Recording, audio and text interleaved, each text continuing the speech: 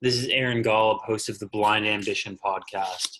We'll be bringing you world-class leaders, entrepreneurs, and athletes, people who have overcome obstacles and used their ambition to create enormous success in their lives. If you enjoy this podcast, if you get anything out of it, the only thing I'll ever ask is that you subscribe, rate, and review. Hope you enjoy. Hey, what's up, everyone? It's your host, Aaron Golub. This week, I'm joined by someone who I'm really excited to bring you guys, Anthony Trucks. Anthony and I have really been trying to get this going for a little while now. I'm super excited to have him on today. Anthony, how are you doing? Doing well, man. I appreciate you having me on. Seriously.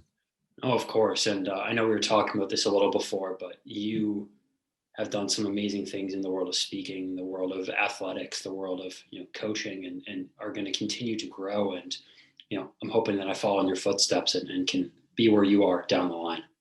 Thank you, man. I just hope you get to be whoever you are at a high level too, because I can't be you and you can't be me. But yeah, 100%. we obviously had you on my podcast. I love your heart, your story.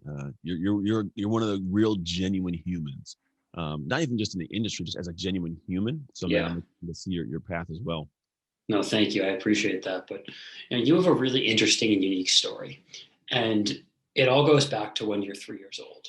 And can you dive into that a little bit? Your experience going into foster care, that first memory that you had at 3, and how that impacted you.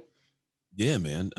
So yeah, my mom has me and 3 other kids, right? My 3 siblings, and she essentially did not want us anymore. So she called social services in California, said, "Please take my kids." Essentially, not obviously in that same exact vernacular, but again, they came and picked us up and shipped us off. And so the interesting part is like that's the first memory. And really at those times, like those are those developmental emotional memories that I can see and feel. And so the beginning of my life was not feeling like I mattered, which happens for people, but usually not that young, right? Usually it's like that's when mom's supposed to love you, dad is there, it's all good and well. And I didn't have that, man. I was formed kind of through fire by a lot of just crazy survival situations in the foster care system. And I wasn't even adopted till I was 14. And I was adopted at 14 by a very poor all-white family. It was just a really weird, weird upbringing. I was with them for 8 years before adoption. But dude, it was just, yeah, my childhood is not one that I would say like anybody should ever have to experience. Although I appreciate it. Yeah. Right. I don't say I like it. It's different same word, but I appreciate the strength they gave me. It's just like lifting weights. We both played football. You got to lift weights, but it makes you strong, right? I Yeah. prefer to be on the field and be strong, be on the field and be weak. And the only way I can be on the field and be strong is because I lifted the weights. So that was a chance for me to get stronger earlier. Yeah. And I know it's similar, but different. And I know I've mentioned this to you before on your podcast, but I'm thankful for my experience being legally blind, because it just allowed me to do so many things. And, Yeah. do I like being legally blind? No, I don't enjoy it on a day-to-day basis, but it's led to so much, and it's shaped who I am. Yeah, exactly, man. Different life experiences. And I think it's a cool part about life. It's difference is cool. If it's all the same stuff, it'd be boring all day, right? It's fun to be able Exactly. to go into the world, try new things, have differences and then be able to provide. Here's the thing, you're like me. I like being able to say something from my experience that somebody goes, "Wow, I never thought of that. That's so cool." Like, I'm like, yeah, I've been thinking about that for the last 20 years, like you can extract those things from life that are valuable and it makes you feel of value. 100%. So, going back to those days in foster care, first off, were you with your siblings when you were in foster care? And then also, what was your experience like? Was it, talk about the tough areas of being in foster Yeah. care? Yeah. So no, we were separated. My very first home, my brother Connor and I, we actually did get to put in the same house. I think my sister did also, but then like after that, we were all separated. My youngest sister got adopted to a family down in Southern California. My other sister went to a family that was actually near my same hometown. My other brother Connor, he was up in Modesto, I want to say. So we were all spread apart, and we all had our own fair share of just problems. Portia had the least amount. Portia was actually in a place where like very good family, right? My brother, though, like he was in a house where like foster care was their job. He was a paycheck. A lot of kids are just a paycheck. And when he aged out, they just moved, left him there. My sister Shameen had some things happen to her. For me, and I had a lot of families that were just bad, man. One family would put me in a chicken coop, like a chicken net on the backyard in Pittsburgh, California. They'd force me to chase the chicken around. And if I caught a chicken, I got to eat that night. If not, I don't get any food. One family put me in a shopping cart. I remember they pushed me down this hill towards moving traffic, like it was crossing, right? Like perpendicular. And thankfully I would just go and hit the opposite curb, never got hit by a car, but they kept forcing me to go over and over again. And then one, like they sat me in front of the house. I remember like being forced to lick the bottom of the neighbor kid's shoes, like until my tongue bled. Like all these Oh my weird, God. these are just heinous, like inhuman kind of things. And this is all in San Francisco Bay Area, just it's Yeah. under people's noses. And at that time, there's no cell phones, there's no Yeah. video cameras. And what happens is most foster kids, we want to go back to our real families, even though they're not good for us. So what we typically do is make a bunch of stories up and try to act as bad as we can, in hopes they'll just be like, "This kid's crazy," and give us back. We don't get the system, and so Yeah. that was kind of the thing where these were going on, and no matter what I said, it was not believed. Nobody believed it was really going on, right? And the family was like, "This kid, he's lying, making things up." So it just kept happening. So that was kind of like the troublesome part. And then I get to my family, which I was with for my family now, starting at 6 years old. And my first foster dad used to beat me, beat my mom, a drunk, just a lot of craziness. She eventually divorced him and remarried a good guy. But even him, he's only 12 years older than me. My dad at this time now, he's only 12 years older. So like it's a weird kind of dynamic of the entire like world I live in. Mhm. But yeah, man, it's one of those things, like those moments are just they're seared in. They shaped a lot of who I am. And I did for a lot of years hold a lot of anger, but I found ways to get past it. Have you kept in touch with like your siblings after you got separated? I know it must have been hard as a child, but today. No, yeah, we're in touch today. My sister Portia, she lives, I think, down in Southern California still. My brother Connor lives in New Mexico. Shameen lives in Minnesota. So they're all kind of spread out in their own little areas. They're doing their things and they have families, and yeah, they're living their lives. So we weren't in great contact probably around like those like 15, 16-ish area, like that window of time. When I went to Mhm. college, we were somewhat in contact, better contact, but not perfect contact. And then we've been in more contact after, like Mhm. since, what's called from the age of, I don't know, 27, 28 on, we've been in better contact. It's just, we're older now. We have our own phones. We can call each other. Yeah. But it's interesting because although we're siblings, like I love them. They're my siblings. They're my brothers and my sisters, right? It's like because we didn't grow up together, there's still that it's like if you didn't grow up, you don't really have that deep bonded Yeah. desire to. So I love them, but it's like I have connection. I don't want to call it issues. I have connection with any human being. When you're out of sight, you're out of mind. When you're Yeah. around me, I love you. Like I love you to death. Hey, come sit next to me, let's hang out. Yeah.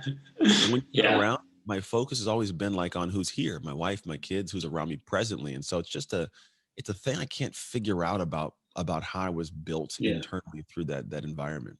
No, I get it. I completely understand that because the people who you're around the most are just the ones you gravitate to, the ones you spend the most time with. It's not your fault by any means that you know, don't spend as much time on your siblings. You don't see them as often. You know, Yeah. I I have a sister who's, lives here in Boston near me. We're extremely Mm. close. We see each other all the time. I would do anything in Yeah. the world for her. And that's Mm. because we see each other all the time. We grew up together. I have a half brother who's a lot older than me. And, Yeah. you know, I love him. He's awesome. But we don't he lives in North Carolina with his family. We don't see each other as much. And so it's no different. I love them both and they're both amazing, but it's just I'm closer with my sister because we grew up together. We spent so much time together. It's just a very different dynamic. Yeah. I totally get it. Yeah, you get it, man. That's awesome. You totally get it for sure. Yeah. Talk about, what led you to play football and then eventually, what led you to college? Because I saw something very similar in both of our stories. You know, Mhm. if I recall, you weren't the most athletic kid, the No. best football player in the start, and neither was I. I was a third string junior varsity lineman my sophomore year, and then I Yeah. turned things around. And I think you had a very similar story. So what led you to turn things around and then eventually make it to college in the NFL? You know what it was? I guess for me, it was this thing where I needed something to give me a sense of I mattered.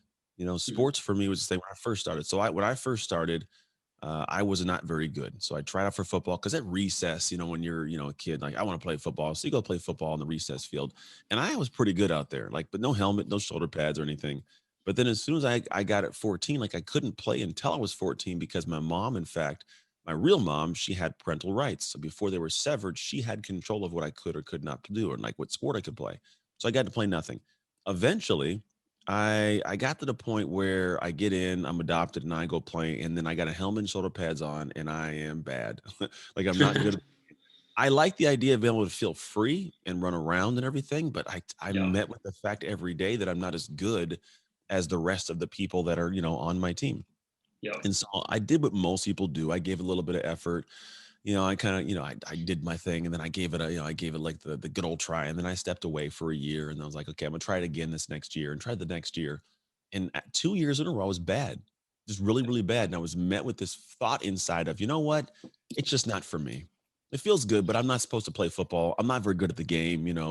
My adoptive mom got diagnosed with multiple sclerosis. I'm like, my mom is sick. Focus is going there. My older brother went off to the military. I'm just over here. I'm a foster kid. What's a foster kid Yeah. supposed to do? I'm not supposed to do very much, right? And so for me, I got this road where I was just kind of rolling through and just taking the lumps, man. Eventually, I was like, I'm done. I'm gonna give up on this football thing and go do something else. And the something else was nothing good. It was like to end up getting in trouble pretty much. I was just running around, just doing dumb things. I had no drive, no direction. In my family, I'm the only one in my family of six in that family adopted. Um, I'm the only one adopted, but I'm the only foster care, right? But I'm the only one to graduate from the high school, not GED or continuation. And not that anybody's stupid because they're smart, but like it wasn't structured in our house to do school. Nobody was like told, no one checked my homework. My mom and dad didn't, nobody took Yeah. care of it. So I say all that to say, I check out, I'm sitting in the classroom, and this girl says something to somebody else. She's talking about a situation I can attest and I can understand what it feels like. And I heard it and I was like, that just sounds bad. And what she said was to somebody else, no idea I'm listening. Well, the reason I'm so bad is because I'm in foster care. And it's not at face value a really powerful statement. It's just like a simple thing some girl said to somebody else. But when it becomes your excuse and you hear it out loud, it can unsettle you. And I don't think enough people get that gift of hearing their stupid excuse out loud. Because when you hear it, it's like, well, I can't do it because, X, Y, and Z. And if you say it out loud, it's like, that's a really dumb thing. So for me, I would have to sit there and say, well, the reason I'm unsuccessful is because I was a foster kid. Yeah. Although I had no control over it. I had, people that loved me, had adopted me. Like, how am I going to sit there for the rest of my life and anchor to that? And just, it really loosened up this kind of Yeah. thing in this pit in my stomach. And I was like, I'm going to be great. I made a Yeah. choice. I'm gonna be great. So what I did is I went home and I was like, okay, what I want to be great at? Football was a choice. All right. What do great players do? And I started doing those things, man. Yeah. It's weird because I wasn't good at them at first. My teammates would make fun of me. What are you doing, trucks? You suck. Why are you even out there doing that? Just go quit already, bro. You're garbage. You have butterfingers. You can't tackle nobody. You're weak. All this. And I kept lifting weights and running routes, lifting weights and running routes, and lifting weights and all day long, man. I showed up the next year and I was a different animal. There was this sense inside that you did not have the right to beat me on any given play. Yeah. I had worked too hard. I had done too much in the dark when you didn't see it. When you were making fun of me, I kept working. When it was hard, I kept working. When you were drinking beers and hanging with your buddies, I was working. I did the work. Yeah. Therefore, in this field right now, how dare you consider that you get to tackle me? That Yeah. ball's in the air. If it's coming my direction, to me or not to me, that is my football. You better back out of the way and I'm gonna get that ball, right? And that mentality turned into something that not only was the game changer because I was probably not much faster than the year before, not much stronger than the year before, but I was meaner. I was hungrier. I was more determined. It was the separator. And when I look at the game of football, like that's what made me good. It wasn't just the body, but it was the person I built through building the body. Yeah, dude, that resonates with me so much because I think that from my situation of having a disability, so many people use that excuse of like, "Oh, I'm not good at this," or "I can't be great," or "I can't do this because I have a disability." And at face value, it's the same thing of yes, a disability or being in foster care creates more challenges, but it doesn't have to define your entire life. And I didn't choose to allow it to define my life. I did the same Yeah. thing that you did. I woke up at 5 a.m. every day. I practiced long snapping before school. I lifted weights every single day after practice. I was working when other people weren't working. And I think that it just, you can't allow what you're told or what your situation is to define the rest of your life. Not at all. You got to find ways to build what you want, man, because the past was already defined and usually wasn't defined by us. Somebody else was had a hand in that, and when you start realizing like, wait, so I'm gonna continue living, my life's gonna go on. And if I want that future point to be better than it is now, I better have some control over it. Yeah, The cool thing is yeah, absolutely. maybe you don't have the same outcome you want, but you have a better outcome than what was pretty much planned for you because you've chosen to do something different. And it takes effort, but it's so much better. And that's powerful. So, what eventually, you went to college, you went to Oregon, you played football there, you went to Yeah. the NFL. What caused you at one point to no longer pursue the NFL? What was the true underlying reason to Yep. say, I'm going to take a pivot in my direction, in a different direction, and choose a different path for myself? Yeah. Well, the first thing was I tore my shoulder and had to have surgery in my third season. And so physically I was at this level where like I really could not play at the same level I did, right? Because I now had two shoulder surgeries, I had low back issues, I had a wrist that was bugging me because I'd broken it in high school and just always nagged me.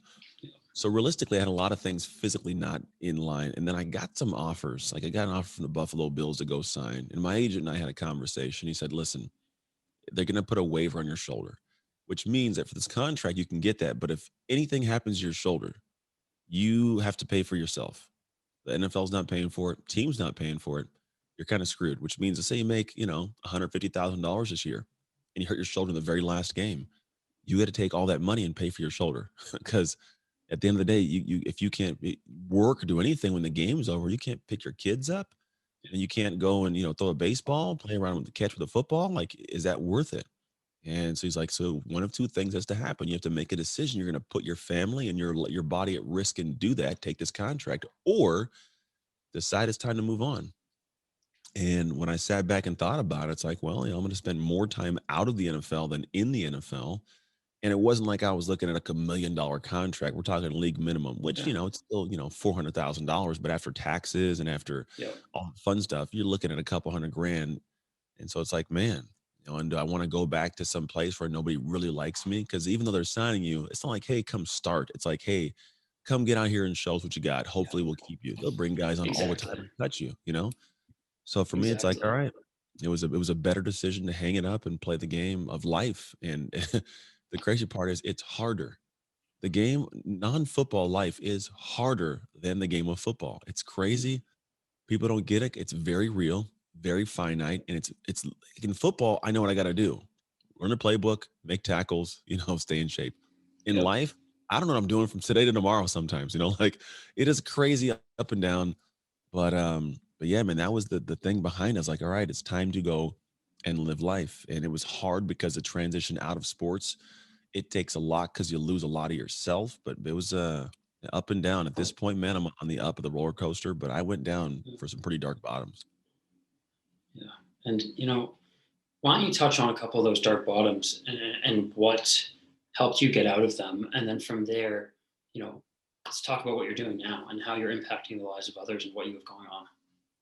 Yeah. The thing was is a lot of us know what to do. Like I had an idea of what to do. I didn't fully know. Like part of my journey was figuring out what I really needed to focus on. I thought I did. Right. We have these good ideas that feel good in our head, and you work on those things, but you never really get the outcome you're seeking. And then Yeah. eventually I started getting to the point of I finally could see myself. Like I lost my marriage, lost my family, business was going horrible. I got out of shape, man. Just all these things went crazy. And I was divorced for 3 years, custody battles, all that craziness, business every 2 weeks, struggling, not making enough money to even pay the bills and pay payroll or pay myself.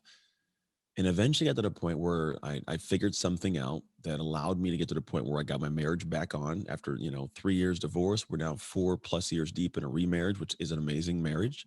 I'm in shape. Kids have their father. Businesses run smooth. And the real thing was I had to shift into a new level of myself, right? And it's not just this internal, like, I feel better and then start, like, I'm great now. Like it wasn't that. It's work. And for me, what I'd lost sight of is the fact that you have to take actions in the direction you need to go. And if you don't take the actions, you don't get the outcome. The problem is there's a lot of things stopping us from taking the proper actions or taking the action consistently. That's Yep. really the hindrance between almost everybody's success and lack thereof. It's not Yep. do you know what to do? It's not how smart you are. It's not what you've done in the past. It's what can you do disgustingly with discipline and consistency. Yep. And there's a lot of barriers, right? There's a lot of things that come into play of, disorganization. Like I'll have ideas, but I really don't have them clear and what should go first and second and third. And like, I'll go and, buy programs and I'll buy them, but I'll halfway do them. So I'll get like a bunch of half built houses. I'll build this part of this and kind of do some of this. And then I want to get in shape. So I'll get in shape, this next week, and I work out for a day or two, and then I don't work out, like all this stuff. It's up and down, up and down, up and down. It's all the time. And what Yeah. was really the game changer for me was getting to a point where I made this desired another decision to be great, right? And what it Yeah. turned into is, I call it like prolific execution. Yep. It's what I do. If you ever know me or get to know me in time, I can get more done in a day than most people will do in a week. And it's not because I'm better. I'm not smarter than most people. It's not like I have extra fingers and hands and brains. I just have a different way of how I run my life, to where I'm in a ridiculously up tempo rhythm of my life. And I have Yeah. this ability to do things, the things that would slow most people down, whether it's disorganization or distractions, or the mental game not being dialed in and extra strong when it needs to be, not making the ass, like all these little things, like they don't stop me anymore. And I have a Yeah. system in place I use. And so what I do now is, when people come and say, hey, I want to make more money in my business, I want to be, happier in my life, I want to be in better shape. These are all things you can all do at the exact same time. Like that's all there. But people think, I got to focus on this, and when this is done, then I can go do that. So And that's, how do you teach someone to focus on all those? Because I agree with you. I think way too many yeah, people don't understand that. They don't know how to time yeah, block. They don't know how to use their time. yeah, And I'm so yeah. regimented with that. But I'd love to hear your feedback Yeah. of how you I teach use people. I use a method called the shift method. It's literally created to shift you into being a prolific executor, that walks you through essentially three stages. It's stage one is really get to the point of like working on the mental game, right? It's the C phase, I call it. So it's C, shift, sustain are my three stages. The C phase is the one where you got to take a look at really what's going on, right? And it's one of those things where most people they want to say they are, but they really aren't, right? And so the mental game gets in the way, because anytime you have this limiting aspect of a belief, it doesn't even show up where you think it does. It's like you not making the ask, or making an excuse not to do that thing, or whatever it may be. But like, part of you is just, it's apprehensive to push, right? So you got to first figure out like what's going on that you don't even see. Like a lot of people that there's like that, what you don't know, right? A lot of people just don't even realize it, don't even lean into it. Second part is having a process to get clarity. And when I say clarity, I mean, what is the thing you got to get done, and why? Like, not what are a bunch of cool things, right? Like most people have like 5, 6, 7, 8 goals. What is the thing that's got to be done now? Maybe the one or two things, and that's it. You focus on the rest of them. Can wait for a month, wait for 2 months, wait for 3 months, wait for a year. Sometimes don't worry about it right now, right? Clarity. And then once you know what you're going to do, you need to have a process to break that thing down into a deconstructed day by day. If you don't know what you're doing for the next 30, 60, or 90 days, you do not have the ability to have success. Yeah. Like, if someone doesn't know, when I get up on Monday, 3 Mondays from now, I'm doing this, and then I'm doing this and doing this hour by hour. The ability for me to sit back and say you're going to have it all done is very minuscule. So do So you people, physically time block your calendar out 2 months in advance? I'm oh very yeah, regimented of like all my goals, but I don't necessarily go in and time block every single morning, every single afternoon, no, 2 months in I don't. advance. No, I do them all before. So part of my process is, we actually have a PDP, product deconstruction process. I go in and actually unpack whatever product you want done, and we stretch it over 90 days. At minimum, we're doing 90 days, right? And there's multiple things that'll happen in that time frame. But yeah, we look at it to a T. Like, I always know a month from now what my schedule looks like. I know 100% what my schedule is going to be in 4 weeks on Tuesday at 3 o'clock. I know it. Now, I don't always do all 4 weeks, right? The beginning, I do 4 weeks. And then every week, I add a new week. I eat a week, I lead a week. But this is the only way, because before that, I have a process where I take all the different things I want to do, break them down to the hours and the steps, and I infuse that into my schedule. It's a whole process I do, that then I can wake up every day in peace. Like, I know what I'm going to do. It's going to get done. I don't have to stress. I can take Yeah. it out of my head. It's literally Yeah. just all of the day's process, right? And do And you then the leave big, in blank space for like, if something comes up? oh yeah, I have windows of space. Actually, I Yeah. have open windows, but no one gets to touch those. Only I get to touch those. Yeah. I don't. You can't. So if someone's like, "Hey, can I get on your schedule next week?" I can look at my calendar and see 5 open hours, but you can't have those. I'm sorry, Yeah. those are for my creation. I got to keep them for me, right? And we press on. And then the last part of it's like, do I have a system to stay in consistent rhythm daily? Because just because it's on the planner doesn't mean it gets done. Like, that's the thing, is most people have a great job of planning, but horrible execution. So when I say prolific execution, it's not even just goals, but it's like, are you executing on date night with your wife? Are you executing on, spending time sipping tea with your daughter, right? There's things that have got to go in. And these are all, again, all planned and organized for your life, not just your projects for your business, right? But once you start taking action in the right way, and we have a process called Shift 5 Things You Do Every Day. When you get to those things, they start moving, dude. 90 days later, people are completely different people. They shift into that level of being a prolific executor, to the level of people go, how in the hell did you get all that done? And it's like, I don't know. That's just who I am now. Yep. That's awesome. You know, I really appreciate all that. And I think my audience will get a lot out of this. You know, one thing that I always ask people towards the end of my podcast is advice that you'd have for someone in certain positions. And, you know, I'm gonna be a little selfish here on this one, Yeah. because I see myself, and I love learning from you specifically. And this episode really means a lot to me. So, you know, what advice would you have for someone who's trying to break into the space more that you're in? But I'm going to tailor it towards, you know, myself, honestly, with everything that I've done. What advice would you give me to say, you know, this is where I'm at, this is where the success I've seen, but I want Yeah. to be you in a few years. What would you tell me to do? Yeah, the things that I wish I would have done would be to learn the skill set and structure of copywriting. Sounds odd, but it's the copywriting is it's pretty much it's called salesmanship in print, right? Salesmanship in words. And copywriting helps in a couple ways. One, it teaches your brain how to think with the focus of the person you want to serve. Because I think we know we want to help, but if we don't know them and know how to speak to who they are, we struggle to come with the right words that get them to be compelled to work with us. And so when I want to give a speech, or I do give a speech, or I want to, do a video online, I want to get someone out of their own way to work with me to actually get this thing solved. It's all a matter of the words I choose to use. So it's big because when you learn kind of how people's like brains work and what their focus is and where you can even approach their hearts, it's huge. And then you learn a skill set that could be applied in multiple different areas. So that'd be a big piece because it'll show you, like if you have a coaching program or a speech you want to get out into the world, if you don't understand, like we can be very, very, very good at what we do. But if you aren't great at getting people to experience what you do, you'll struggle to be successful. So the idea is, how do I get you to get to that point? And part of it, I would say, pick up some books, man. Like just pick up a few books and read or listen to audiobooks that are about copywriting. And one good one is an old school one, but it's called Breakthrough Advertising by Eugene Schwartz. It's a throwback. It's good, but it's a really, really great foundational book to read when it comes to entering into the world of understanding marketing, because it'll help you understand how to create a true desired product or service for the people you really want to serve and how to actually impact their lives.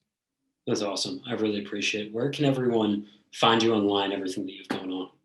Yeah, if you want to go to yourlifeelevated.com or find me on Instagram at Anthony Trucks. Awesome. Well, thank you so much for coming on, Anthony. Really appreciate it. No problem. Thank you for having me, man. Thank you so much for listening to this podcast. If you enjoyed it at all, if you got one thing out of it, we'd really appreciate it if you would subscribe, rate, and review. Thank you.